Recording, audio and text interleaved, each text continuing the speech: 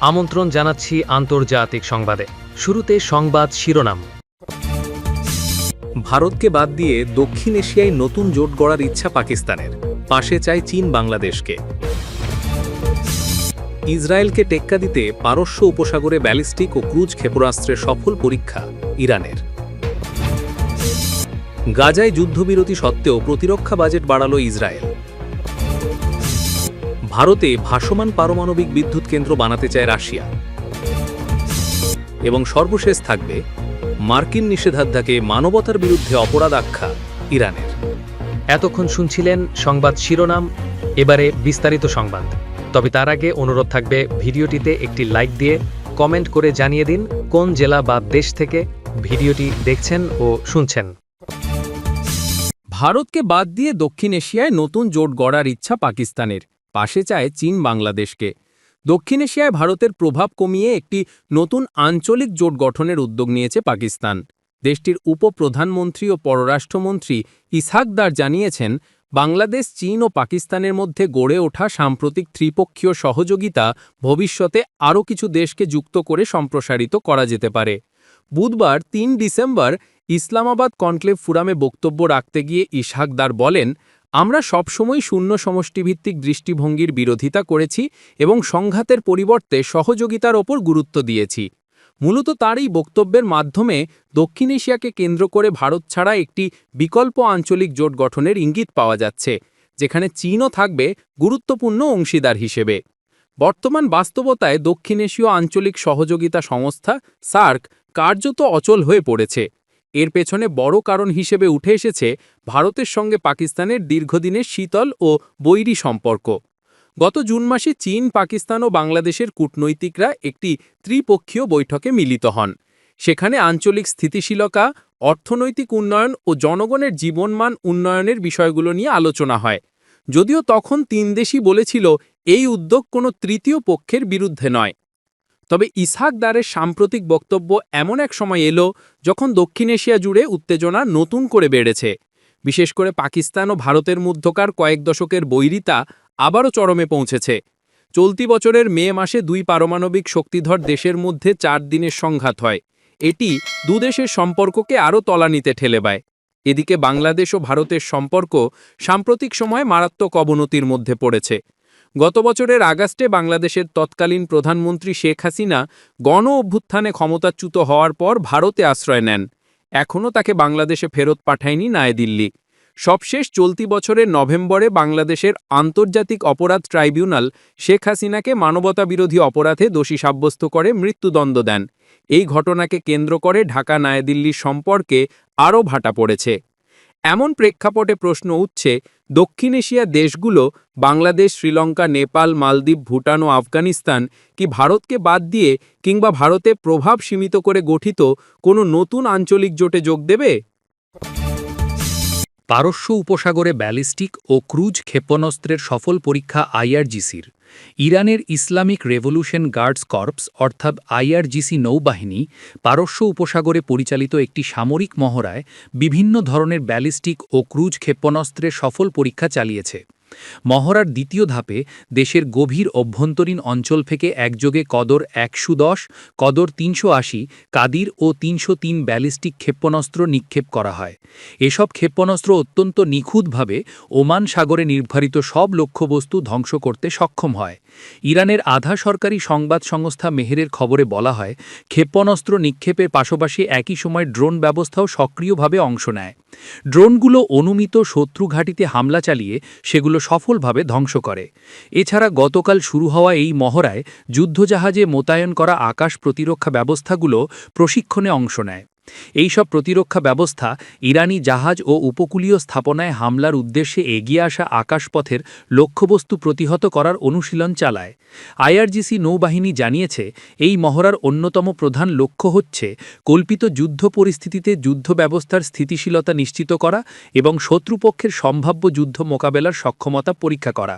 মহড়াটি পারস্য উপসাগর, হরমুজ প্রণালী ও নাজেয়াত দ্বীপপুঞ্জের অন্তর্ভুক্ত আবু মুসা, বৃহত্তুম, ক্ষুদ্রতুম ও সিরি দ্বীপের জলসীমায় পরিচালিত হচ্ছে। গাজায় যুদ্ধবিরতি সত্ত্বেও প্রতিরক্ষা বাজেট বাড়াল ইসরায়েল। গাজায় যুদ্ধবিরতি সত্ত্বেও প্রতিরক্ষা খাতে বিশাল বাজেট ঘোষণা করেছে দখলদার ইসরায়েল, যা আগেরবারের তুলনায় প্রায় $7 বিলিয়ন বেশি। নতুন বছরে ইসরায়েল প্রতিরক্ষা বাজেট 112 বিলিয়ন শেকেল বা $34.7 বিলিয়ন নির্ধারণ করেছে। এটি আগের খসড়া বাজেটে ছিল 90 বিলিয়ন শেকেল বা $28 বিলিয়ন। দেশটির প্রতিরক্ষামন্ত্রী ইসরায়েল কাজ এবং অর্থমন্ত্রী বেজালেল স্নোট্রিচ সম্মিলিতভাবে এই বাজেট কাঠামোতে সম্মতি জানিয়েছেন। এখন প্রধানমন্ত্রী বেনিয়ামিন নেতানিয়াহু এবং মন্ত্রিসভার অনুমোদনের জন্য সংসদে পেশ করা হবে। গাজায় যখন যুদ্ধবিরতি চলছে তখন কেন বাজেট বাড়ল? কাজ বলেছেন, সামরিক বাহিনী তার যোদ্ধাদের চাহিদা মেটাতে এবং সংরক্ষিত সৈনিকদের উপর বোঝা কমাতে কাজ করবে, তাই বাড়ানো হয়েছে বাজেটের পরিমাণ। ইসরায়েলের অর্থ মন্ত্রণালয় জানিয়েছে 2026 সালের প্রতিরক্ষা বাজেট 2023 সালের তুলনায় 47 বিলিয়ন শেকেল বা $14.5 বিলিয়ন বেশি। 2024 সালে গাজায় হত্যাকাণ্ডমূলক যুদ্ধে এবং লেবাননের হিজবুল্লার বিরুদ্ধে আক্রমণে ইসরায়েলের খরচ হয়েছে $31 বিলিয়ন। ভারতে ভাসমান পারমাণবিক বিদ্যুৎ কেন্দ্র বানাতে চায় রাশিয়া। সম্প্রতি ভারতকে ছোট মডুলার রিয়্যাক্টর এসএমআর এবং ভাসমান পারমাণবিক কেন্দ্র গঠনের প্রস্তাব দিয়েছে রাশিয়া। ভারত সফরে এসে ভ্লাদিমির পুতিনও বিষয়টি আলোচনায় এনেছেন। খবর বিবিসির। ভারতের প্রধানমন্ত্রী নরেন্দ্র মোদীর সঙ্গে দ্বিপাক্ষিক বৈঠকে দুদেশের পারমাণবিক সহযোগিতা নিয়ে কথা বলেন পুতিন। বৈঠক শেষে পুতিন এক বিবৃতিতে বলেন, রাশিয়া বর্তমানে ভারতের সবচেয়ে বড় পারমাণবিক বিদ্যুৎ কেন্দ্র কুদানকুলম নিউক্লিয়ার পাওয়ার প্ল্যান্ট নির্মাণে দ্রুত অগ্রগতি অর্জন করছে। সেখানে 6টি রিয়্যাক্টর নির্মাণের পরিকল্পনার মধ্যে 2টি ইতোমধ্যেই জাতীয় গ্রিডের সঙ্গে যুক্ত হয়েছে, বাকি 4টি ইউনিট নির্মাণাধীন। পুরো প্রকল্প কার্যকর হলে এটি ভারতের স্বল্পব্যয়সী ও পরিচ্ছন্ন জ্বালানি চাহিদায় বড় অবদান রাখবে বলে মন্তব্য করেন তিনি। রাশিয়ার পারমাণবিক সহযোগিতার ভবিষ্যৎ পরিকল্পনা নিয়েও পুতিন বিস্তারিত জানান। তিনি বলেন, মস্কো ও দিল্লি এখন ছোট আকারের মডুলার রিয়্যাক্টর, ভাসমান পারমাণবিক বিদ্যুৎ কেন্দ্র এবং জ্বালানি বহির্ভূত পারমাণবিক প্রযুক্তি যেমন চিকিৎসাবিজ্ঞান ও কৃষিক্ষেত্রে আইসোটোপ ব্যবহার নিয়েও আলোচনা করছে। রুশ প্রেসিডেন্ট জানিয়েছেন, ভারতকে নিরবচ্ছিন্নভাবে জ্বালানি সরবরাহ দিতে প্রস্তুত আছে মস্কো।